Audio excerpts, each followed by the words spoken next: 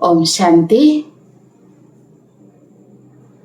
आज मुरलीर डेट 30 जून 2026। प्राप्त मुरली ओम शांति। बाप दादा बाबा कहते मीठे बच्चे वर्तमान तुम्हें माने बाबा को ऊपरे समर्पित हो जाओ, तेबे 21 जन्म पाई तुम्हें माने सदा सुखी हो जीवो। बाबा प्रश्न पचारुचंदी, ज्ञानी पिला मानको निजर अवस्था को ठीक रखिबा पाई केउ अभ्यास को पक्का करिबा उचित? बाबा उत्तरे कहते सखाळु सखाळु अर्थात अमृत बेलार उठिबार अभ्यास। सखाळु सखाळु उठी बाबांक स्मृति रे बसिबा यह बहुत भल धारणा अर्थात अभ्यास अटे। जेउ पिला माने शीघ्र सोई जाती एवं शीघ्र उठी जाती सेमानकर अवस्था सारा दिन ठीक रही थाए। अज्ञानी मानक दिन ठारू ज्ञानी पिला मानकर दिन अधा हेबा उचित। बाबा पचारुचंदी, अज्ञानी मानक निद ठारू ज्ञानी पिलांकर निद अधा हेबा उचित। राति 10टा सुधा सोई जाओ एवं 2टा ठारू उठी जोगरे बस। गीत मुझको सहारा देने वाले। ओम शांति। पिला माने समस्ते सम्मुखरे बसिछंती एवं जानिछंती जे आमे माने जीव आत्मा अटो। एठारे तो जीव आत्मा माने रहिबे। जेतेबेले आत्मा शरीर रे नाही तेबे नग्न अटे, ताको अशरीरी कहा जाए। तुमे माने तो शरीर सहित बसिछ। आत्मा बा परमात्मा जो पर्यंत शरीर को न आसीछंती तेबे कथा करि पारिबे नाही। तुमे जीव आत्मा माने जानिछ एबे आमे बाबांक सम्मुखरे बसिछु। अबिकल जेपरि 5000 वर्ष पूर्वरो सम्मुख को आसीथिले पिला माने निश्चित बाबांक ठारू संपत्ति ही नेबे। जानिछंती आमे निजर परम पिता परमात्मा अविनाशी पितांक सम्मुखरे बसिछु। काहेकि बसिछु? बाबांक ठारू असीम संपत्तिर अधिकार नेबा पाई। जेपरि स्कूल रे पिला माने भाबी थांती आमे शिक्षक ठारू इंजीनियरिंग बैरिस्टरी शिक्षा करुछु, सही परि लक्ष्य एवं उद्देश्य रही थाए। तुमे पिला माने जानुछ परम पिता परमात्मा आमको ब्रह्मा को मुख द्वारा राजयोग शिखाउछंती। भगवान बाज एहा पिला मानको बुझा जाउछि जे भगवान निराकार को कहा जाउछि। जीवा माने बाबा पचारुचंदी, जीव आत्मा माने पूर्ण जन्म निश्चित नहीं थांती। कौनसी सन्यासी को तुमे पचार मनुष्य पूर्ण जन्म नियंती, तेबे एपरि कहिबे नाही जे नेउ नाहंती। नचेत 84 लाख जन्म किपरि कहि थांते? पचार तुमे पूर्ण जन्म को मानुछ? यह तो निश्चित अटे। आत्मा संस्कार अनुसार गोटिए शरीर छाड़ी पुणी आउ गोटिए शरीर नहीं थाए। एही भली केही केही मनुष्य 84 जन्म नहीं थांती। 84 लाख जन्मर कथा ही नहीं। प्रथम जन्म निश्चित बहुत भल सत प्रधान होइथिबो। शेष जन्म छी छी अर्थात तम प्रधान होइथिबो। 16 कलारु पुणी 14 कला पुणी 12 कला होई चलिबो। पूर्ण जन्म निश्चित नेबे। पचारिबा उचित, परम पिता परमात्मा पूर्ण जन्म नेउछंती ना पूर्ण जन्म रहित अटंती? देखो एही कथा बहुत सूक्ष्म अटे। जदि कहिबे जन्म मरण रहित अटंती तेबे पुणी शिव जयंती प्रमाणित होई पारिबो नाही। कहिबे शिव जयंती पालन हेउछि ତେଣୁ ବୁଝାଇ ଦିଆଯାଏ ଶିବ ଜୟନ୍ତୀ ଅଛି, କିନ୍ତୁ ଜନ୍ମ ସାଥିରେ ମରଣ କାହାକୁ କୁହାଯାଉଛି ତାହା ନାହିଁ। ଯଦି ମୃତ୍ୟୁ ଅଛି ତେବେ ପୁନଃ ଜନ୍ମ ନେବାକୁ ପଡ଼ିବ। ପରମ ପିତା କେବେ ପୂର୍ଣ୍ଣ ଜନ୍ମ ନିଅନ୍ତି ନାହିଁ। ସିଏ ଏହି ଶରୀରରେ ଥରେ ମାତ୍ର ଆସନ୍ତି।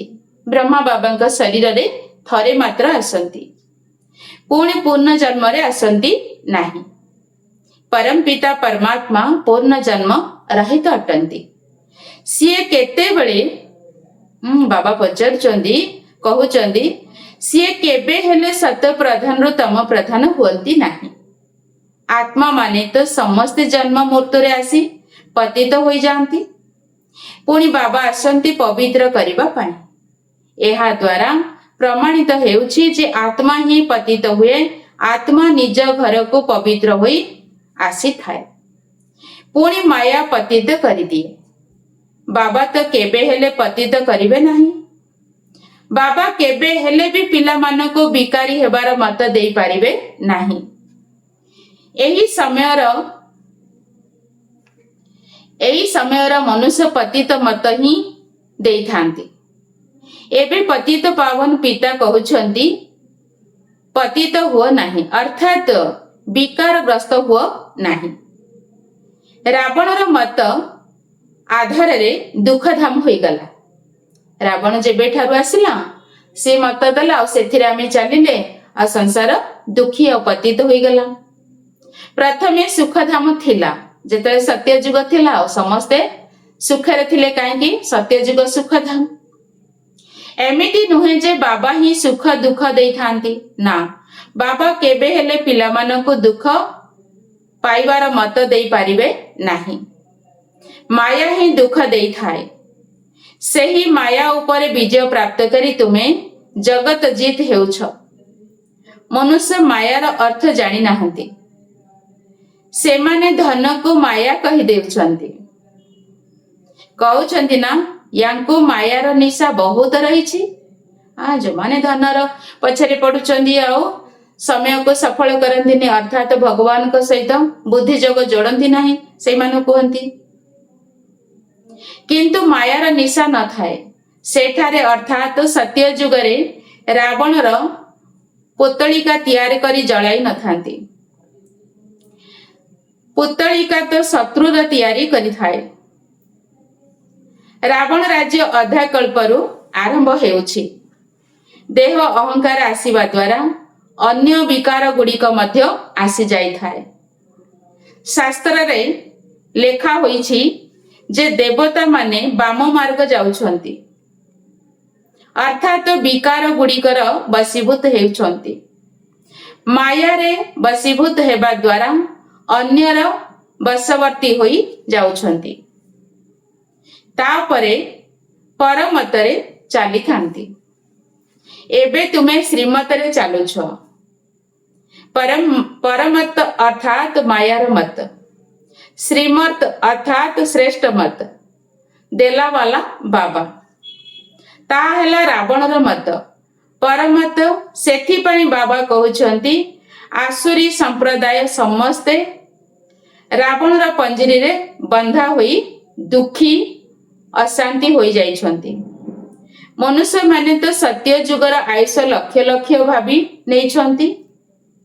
ତୁମେ ତ ହିସାବ ଜଣାଉଛ, ବାବା କହୁଛନ୍ତି ତୁମେ ତ ହିସାବ ଶୁଣାଉଛ କଳ୍ପର ଆୟୁଷ କିପରି 5000 ବର୍ଷ ଅଟେ।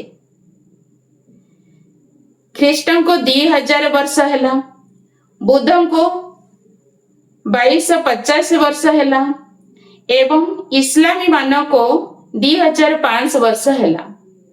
ସମସ୍ତଙ୍କୁ ମିଶାଇ ଅଧା କଳ୍ପ ହେଲା। ସେମାନଙ୍କ ପୂର୍ବରୁ ତ ଦେବତା ମାନଙ୍କର ରାଜ୍ୟ ଥିଲା, ତେଣୁ ଦେବତା ମାନଙ୍କୁ ଲକ୍ଷ ଲକ୍ଷ ବର୍ଷ କିପରି କୁହାଯାଇ ପାରିବ? ଏବେ ବର୍ଷ ହୋଇଥିଲେ ତ ମନୁଷ୍ୟ ବହୁତ ହୋଇଯାଇଥାନ୍ତେ। ବାବା କହୁଛନ୍ତି ଏତେ ବର୍ଷ ହେଇଥାନ୍ତା ତେବେ ଜନସଂଖ୍ୟା ବହୁତ ବଢି ଯାଇଥାନ୍ତେ। ଏବେ ମନୁଷ୍ୟ ତ ନାହାନ୍ତି। 5000 ବର୍ଷରେ ହିଁ ଗୋଟିଏ ଗୋଟିଏ କୋଟି କୋଟି ମନୁଷ୍ୟ ହୋଇଯାଇଛନ୍ତି। କହୁଛନ୍ତି ମଧ୍ୟ ଖ୍ରୀଷ୍ଟଙ୍କର 3000 ବର୍ଷ ପୂର୍ବରୁ ଭାରତରେ ଆଦି ସନାତନ ଦେବୀ ଦେବତା ଧର୍ମ ଥିଲା। ତେବେ ତ 5000 ବର୍ଷର ସମ୍ପୂର୍ଣ୍ଣ ହିସାବ ହୋଇଯାଉଛି। ନାଟକ ସମ୍ପୂର୍ଣ୍ଣ ତ ହୋଇଥାଏ।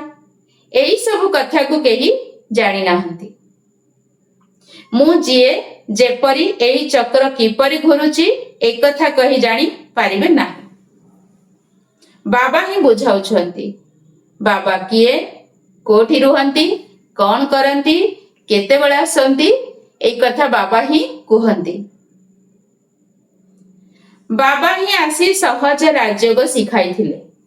ବାବା ବୁଢ଼ୀ ମାତା ମାନଙ୍କୁ ମଧ୍ୟ ବୁଝାଉଛନ୍ତି ଯେ ଏହା ବହୁତ ସହଜ କଥା। କେବଳ ବାବା ଏବଂ ତାଙ୍କର ସମ୍ପତ୍ତିକୁ ମନେ ପକାଇବାକୁ ହେବ। ସନ୍ତାନ ଜନ୍ମ ହେଲା ଅର୍ଥାତ ଉତ୍ତରାଧିକାରୀ ଜନ୍ମ ହେଲା। ତୁମେ ଜାଣିଛ ଯେ ଆମେ ବାବାଙ୍କ ଉତ୍ତରାଧିକାରୀ ଅଟୁ। 5000 ବର୍ଷ ପରେ ପୁନର୍ବାର ମିଶିବାକୁ ଆସିଛୁ। ଆମେ ମିଶିଥିଲେ, ଏବେ ମିଶିବା ପାଇଁ ଆସିଛନ୍ତି, ପୁଣି ଆସିବା। ଏସବୁ ବଡ଼ ଗୁପ୍ତ କଥା। ବାବା ପଚାରୁଛନ୍ତି, ପୂର୍ବରୁ କେବେ ବାବାଙ୍କ ସହିତ ସାକ୍ଷାତ ହୋଇଥିଲା? କହୁଛନ୍ତି, ହଁ ବାବା, ଆତ୍ମା ଏହି ମୁଖ ଦ୍ୱାରା କହୁଛି, ମୁଁ 5000 ବର୍ଷ ପୂର୍ବରୁ ଆପଣଙ୍କ ସହିତ ମିଶିଥିଲି। ଆପଣ ଏହି ଶରୀର ଦ୍ୱାରା ଶିକ୍ଷା ଦେବା ପାଇଁ ଆସିଥିଲେ। ଯେଉଁମାନେ ସମ୍ପୂର୍ଣ୍ଣ ନିଶ୍ଚୟ ବୁଦ୍ଧିର ସନ୍ତାନ, ସେମାନେ ଜାଣିଛନ୍ତି ଆମେ ବାବାଙ୍କ ଠାରୁ ଅବିନାଶୀ ସମ୍ପତ୍ତି ନେବା ପାଇଁ ଆସିଛୁ। ଆମେ ବ୍ରହ୍ମାଙ୍କ ଦ୍ୱାରା ଅବିନାଶୀ ବାବାଙ୍କର ସନ୍ତାନ ହୋଇଛୁ। ବାବା କହୁଛନ୍ତି, ମତେ ଜାଣିଛ, ମୁଁ ତୁମର ପିତା। ତୁମେ କହିବ, ହଁ ବାବା, ଆମ ଆତ୍ମା ମାନଙ୍କର ଆପଣ ପରମ ପିତା ପରମାତ୍ମା ଅଟନ୍ତି। ବାବା ମଧ୍ୟ କହୁଛନ୍ତି, ତୁମକୁ ମୁଁ ସ୍ୱର୍ଗକୁ ପଠାଇଥିଲି, ବର୍ଷା ଅର୍ଥାତ ସମ୍ପତ୍ତି ଦେଇଥିଲି, ଯାହାକୁ ମାୟା ଛଡ଼ାଇ ନେଇଛି। ତେଣୁ ମୁଁ ବର୍ତ୍ତମାନ ପୁନର୍ବାର ଦେଉଛି, ମାୟା ସମ୍ପତ୍ତି ଛଡ଼ାଇ ନେଉଛି। ବାବା ପୁଣି ପ୍ରାପ୍ତ କରାଉଛନ୍ତି। ଏହି ଖେଳ ଅନେକ ଥର ହୋଇସାରିଛି ଏବଂ ହୋଇ ଚାଲିବ। ଏହାର ଅନ୍ତ ନାହିଁ। ବାବାଙ୍କର ସମସ୍ତେ ସନ୍ତାନ ହେଲେ ମଧ୍ୟ କିଏ ସୁପୁତ୍ର ତ କିଏ ପୁଣି କୁପୁତ୍ର ମଧ୍ୟ। କେହି ନିଜ ସନ୍ତାନ ତ କେହି ସାବତ ସନ୍ତାନ ହେଇଛନ୍ତି। 5 କଞ୍ଚା ପାଚିଲା ତ ଅଛନ୍ତି ନା। ବାବା କହୁଛନ୍ତି, କଞ୍ଚା ଆଉ ପାଚିଲା ତ ଅଛନ୍ତି ନା। ପରିପକ୍ୱ ମାନଙ୍କୁ ମଧ୍ୟ କେବେ କେବେ ମାୟା ଜିତି ଯାଉଛି। ପିଲାମାନେ କହୁଛନ୍ତି, ଆମେ ବଞ୍ଚିଥିବା ପର୍ଯ୍ୟନ୍ତ ଆପଣଙ୍କ ଠାରୁ ସମ୍ପତ୍ତି ନେଉଥିବୁ। ବିକର୍ମର ବୋଝ ତୁମ ମୁଣ୍ଡ ଉପରେ ବହୁତ ଅଛି। ଏକଥା କିଏ କହୁଛନ୍ତି? ବାବା କହୁଛନ୍ତି, ବହୁତ ଅଛି। ତେଣୁ ତୁମେ ଯେତେ ଯୋଗଯୁକ୍ତ ହେବ, ସେତେ ଯୋଗ ଅଗ୍ନି ଦ୍ୱାରା ତୁମେ ପାପ ଆତ୍ମାରୁ ପୁଣ୍ୟ ଆତ୍ମା ହୋଇ ଚାଲିବ। ଅଗ୍ନି ଜିନିଷକୁ ପବିତ୍ର କରିଥାଏ। ତୁମର ହେଲା ଯୋଗ ଅଗ୍ନି। ଏହା ବେହଦର ଯଜ୍ଞ ଅଟେ। ବେହଦର ସେଠ ଅର୍ଥାତ ଯଜ୍ଞକର୍ତ୍ତା ବେହଦର ଯଜ୍ଞର ରଚନା କରିଛନ୍ତି। ଏତେ ବର୍ଷ ଧରି କୌଣସି ଯଜ୍ଞ ଚାଲି ନଥାଏ। 7-8 ଦିନ ବା 1 ମାସ ପାଇଁ ଯଜ୍ଞ କରିଥାନ୍ତି। ତୁମର ଏହି ଯଜ୍ଞ ତ କେତେ ବର୍ଷରୁ ଚାଲି ଆସୁଛି। ବାବା ତ ଶୁଣାଉଛନ୍ତି, କହୁଛନ୍ତି, ଭୁଲି ଯାଉ ନାହିଁ, କେବଳ ମତେ ମନେ ପକାଅ। ତେବେ ତୁମର ଜନ୍ମ ଜନ୍ମାନ୍ତର ବିକର୍ମର ବୋଝ ସମାପ୍ତ ହୋଇଯିବ। ଭଗବାନ ବାଜ ମତେ ଅର୍ଥାତ ନିଜ ସତ୍ୟ ପିତାଙ୍କୁ ମନେ ପକାଅ। କିଏ କହୁଛନ୍ତି? ବାବା କହୁଛନ୍ତି।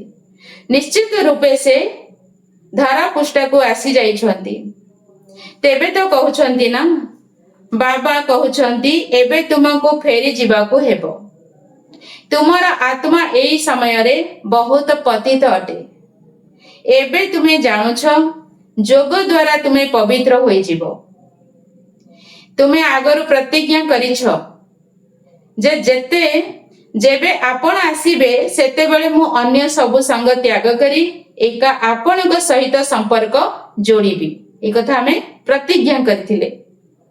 तुम उपरे उत्सर्गित होई जेबी।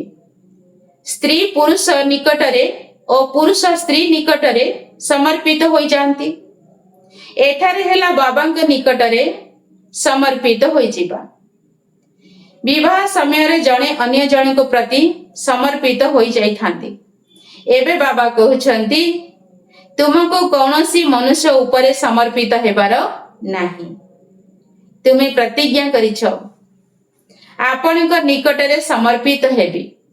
एबे तुमे जदि मो उपरे समर्पित होई जीव तेबे 21 जन्म तुमको सदा सुखी करी देबी। ये बाबा हम पाखरे ग्यारंटी करूछंती सुखी करी देबी।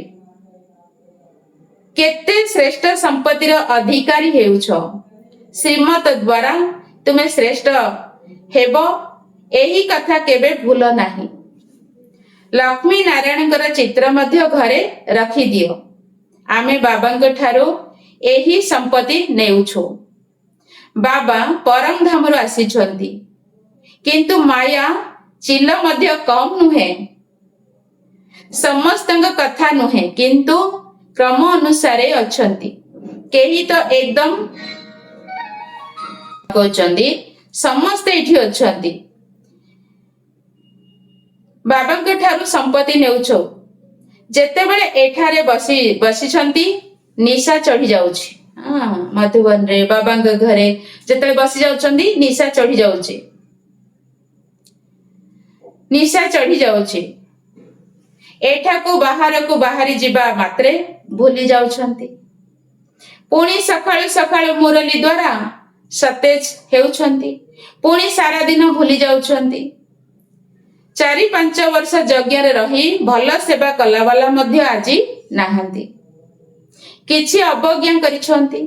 तेणु माया जोर रे चापुड़ा मारिछि एवं चाली जाइछंती। बाबा सुनाई देउछंती चढ़े तो चखे वैकुंठ रस गिरे तो चकना चूर। अर्थात जिए चढ़िबो से परमात्मा प्रेमर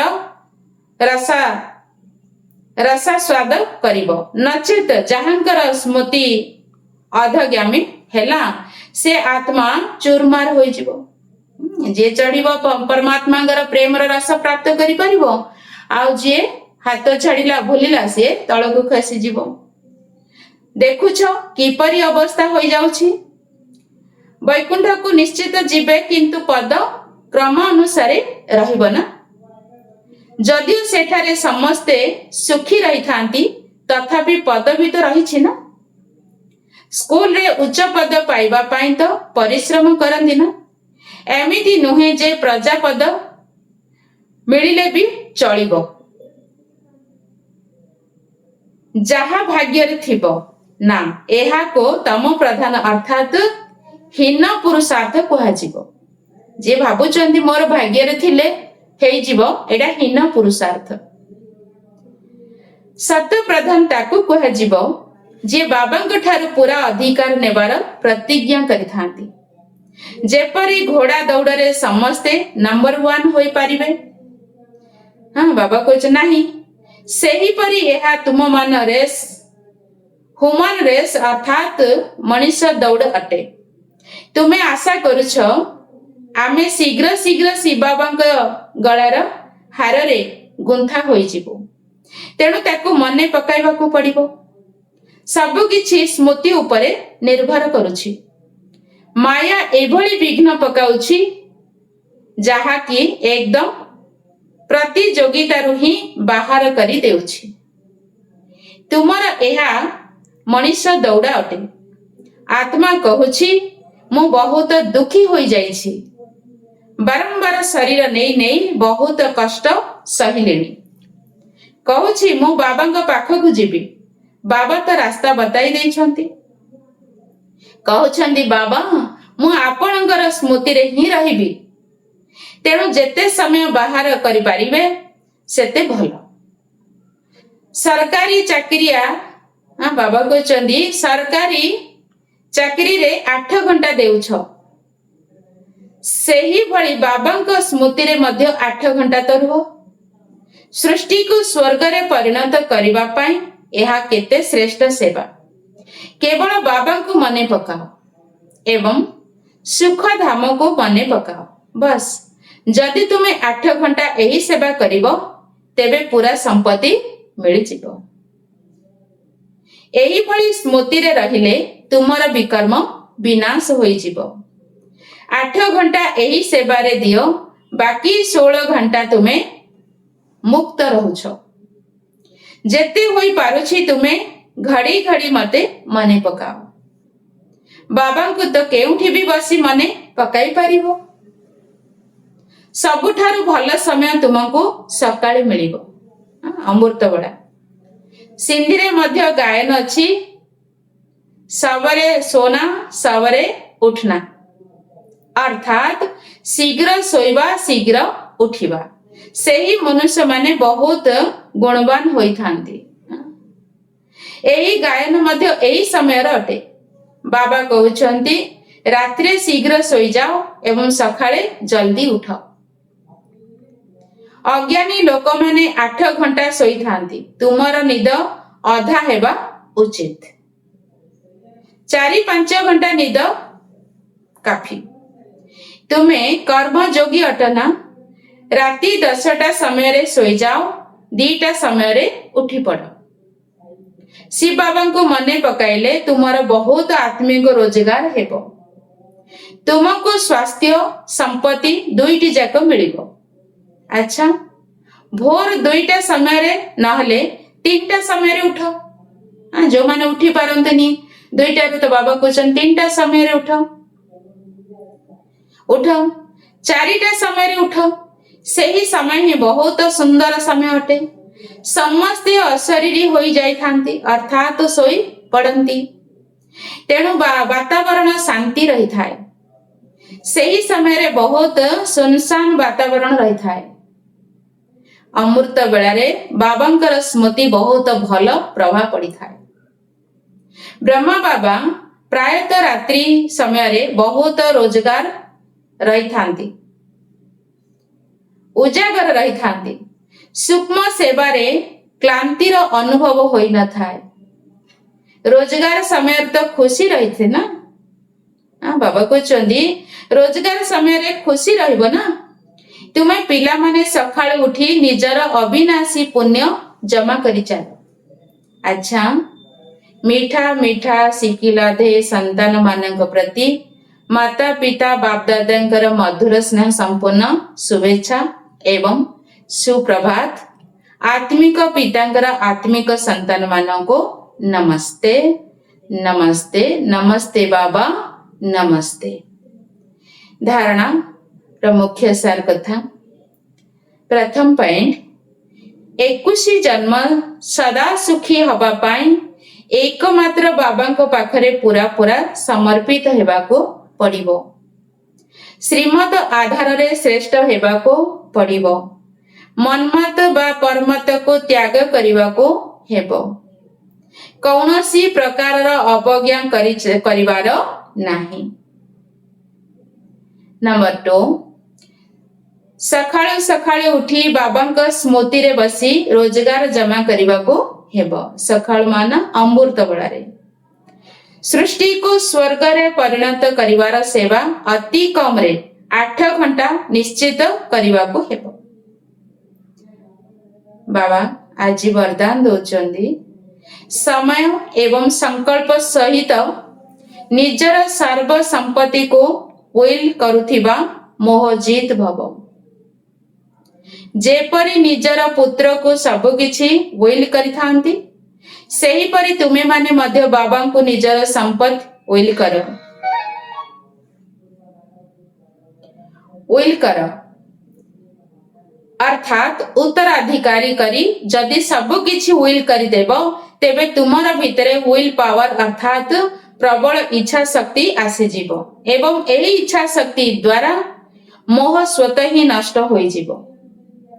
ଯେପରି ସାକାର ପିତା ପୂର୍ଣ୍ଣ ରୂପରେ ନିଜକୁ ୱିଲ୍ କରିଦେଇଥିଲେ, ସେହିପରି ତୁମମାନଙ୍କ ନିକଟରେ ଯେଉଁ ସ୍ମୃତି ସମୟ ଏବଂ ସଂକଳ୍ପ ରୂପୀ ସମ୍ପତ୍ତି ରହିଛି, ସେଗୁଡ଼ିକକୁ ଯଦି ୱିଲ୍ କରିଦେବ ଅର୍ଥାତ ଶ୍ରୀମତ ଅନୁସାରେ ସେବାରେ ଲଗାଇବ, ତେବେ ମୋହଜିତ ବନ୍ଧନ ମୁକ୍ତ ହୋଇଯିବ।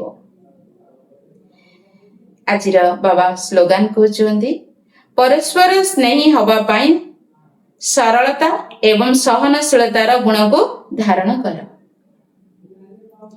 ପରସ୍ପର ସ୍ନେହୀ ହେବା ପାଇଁ ସରଳତା ଏବଂ ସହନଶୀଳତାର ଗୁଣକୁ ଧାରଣ କର। ଓମ୍ ଶାନ୍ତି।